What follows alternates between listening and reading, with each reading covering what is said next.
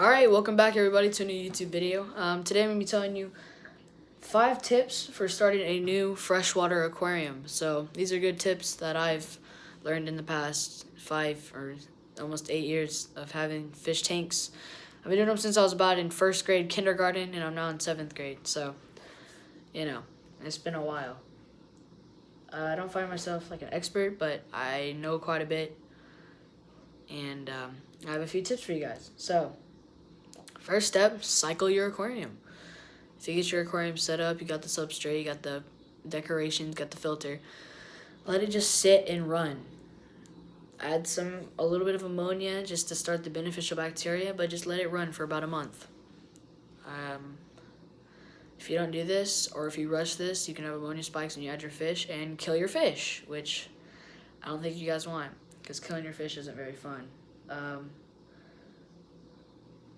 Another thing, test your water. Whenever you do have fish, test your water every week when you're doing your water changes and maintenance. This will, it'll tell you your ammonia, your pH, your nitrites, your nitrates, and a few other things I can't think of off the top of my head. But knowing those will definitely keep your fish happy and healthy, and you'll get to know a lot about your water and how to test it. Just learn how to do it. It'll help you out. Just get like little test strips or a master test kit. Anything like that will help you out. Okay, so tip number 3, get medications. Get just like an API general cure. This will help you out if your fish gets sick. And by the way, if your fish gets sick, it never happens at a convenient time. It's always going to happen when something else has gone wrong and you're not ready for it, and just out of nowhere your fish has ick, or your fish has fin rot, or there's just something else wrong with your fish. You're going to want to have that general cure so you can take that fish out, put them in your little quarantine tank, get them medicated, and hopefully get him back in the tank without him getting either injured or dying. So make sure you have some medications on hand, maybe like some X or something like that. Aquarium salt is very good to have. It's like the only thing that you can get that will just cure almost everything. So really good to have aquarium salt. Number 4, make sure you research the fish before you buy them. Do research on your fish. I currently have angelfish, bloodfin tetras, guppies, a clown loach, corydoras, foot cleaner goby, upside down catfish, and a bristlenose and rubber lip pleco in this tank. I did research on all those fish before I got them, and I know quite a bit about them. And as you can tell, the fish in here are pretty healthy, so everything looks pretty good. So do your research on your fish. If you have a fish in mind, do some research on it. Maybe find a good seller to buy it from. Buy it online, maybe. Maybe if you have a local fish store, ask them for some help. Just do your research. Number 5, make sure you add your fish slowly. Add like 2 to 3 fish every week and a half to 2 weeks if you're just now starting up your tank. Now, if it's been cycled, you might be able to add like 5 fish at a time, whenever you feel like.